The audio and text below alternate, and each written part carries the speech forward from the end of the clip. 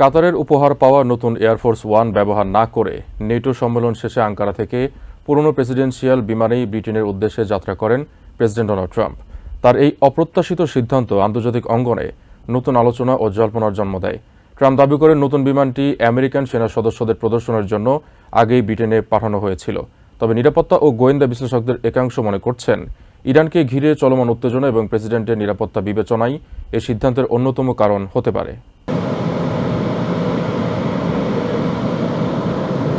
কয়েকদিন আগেই ধুমধাম করে কাতার থেকে উপহার পাওয়া একটি বিলাসবহুল বিমানকে এয়ারফোর্স ওয়ান হিসেবে আনুষ্ঠানিকভাবে উন্মোচন করেন প্রেসিডেন্ট ডোনাল্ড ট্রাম্প এবং সেটি নিয়েই তিনি নেটোর শীর্ষ সম্মেলনে যোগ দিতে তুর্কির আঙ্কারায় যান।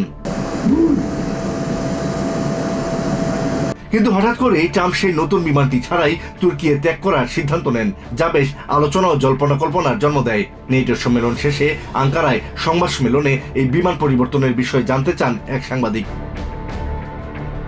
ইরান থেকে আসা তার প্রাণনাশের হুমকি ও সামগ্রিক নিরাপত্তা নিয়ে প্রশ্ন করা হলে ট্রাম্প সরাসরি উত্তর না দিয়ে কৌতুক ছলে বলেন, প্রেসিডেন্টের পদটি খুব ঝুঁকিপূর্ণ।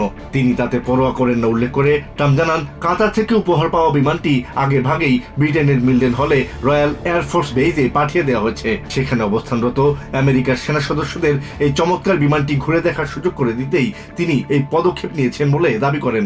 পরে নতুন বিমানটির বদলে ট্রাম্প তার পুরনো এয়ারফোর্স ওয়ান বিমানে চড়ে আঙ্কারা ত্যাগ করেন, যা তিনি কয়েক সপ্তাহ আগে ব্যবহার করতেন। তবে বিশ্লেষকরা ট্রাম্পের এই ব্যাখ্যাকে একেবারেই গ্রহণযোগ্য মনে করছেন না এবং এটিকে একটি সাজানো বাহানা হিসেবে আখ্যা দিয়েছেন।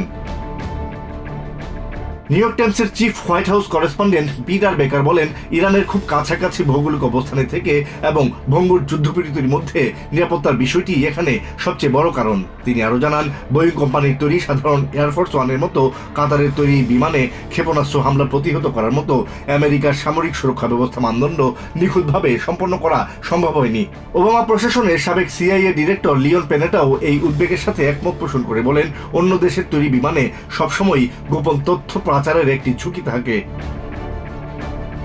তার মতে, ইরান ও আমেরিকার মধ্যে চলমান তীব্র সামরিক উত্তেজনার মুখে প্রেসিডেন্টের ব্যক্তিগত নিরাপত্তা নিশ্চিত করতেই এই বিমান পরিবর্তনের সিদ্ধান্ত নেওয়া হয়েছে।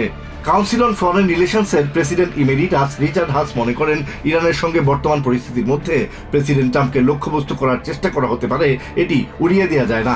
তবে শেষ পর্যন্ত আঙ্কারা ত্যাগ করার পর ব্রিটেন থেকে প্রেসিডেন্ট ট্রাম্প তার সেই বহুল আলোচিত নতুন বিলাসবহুল বিমানে চড়েই দেশের উদ্দেশ্যে রওনা দেন। Asad GL, TVN 24 news desk. New York থেকে সম্প্রচারিত টিভিএন 24 টেলিভিশন বিশ্বজুড়ে বাঙালির কণ্ঠস্বর।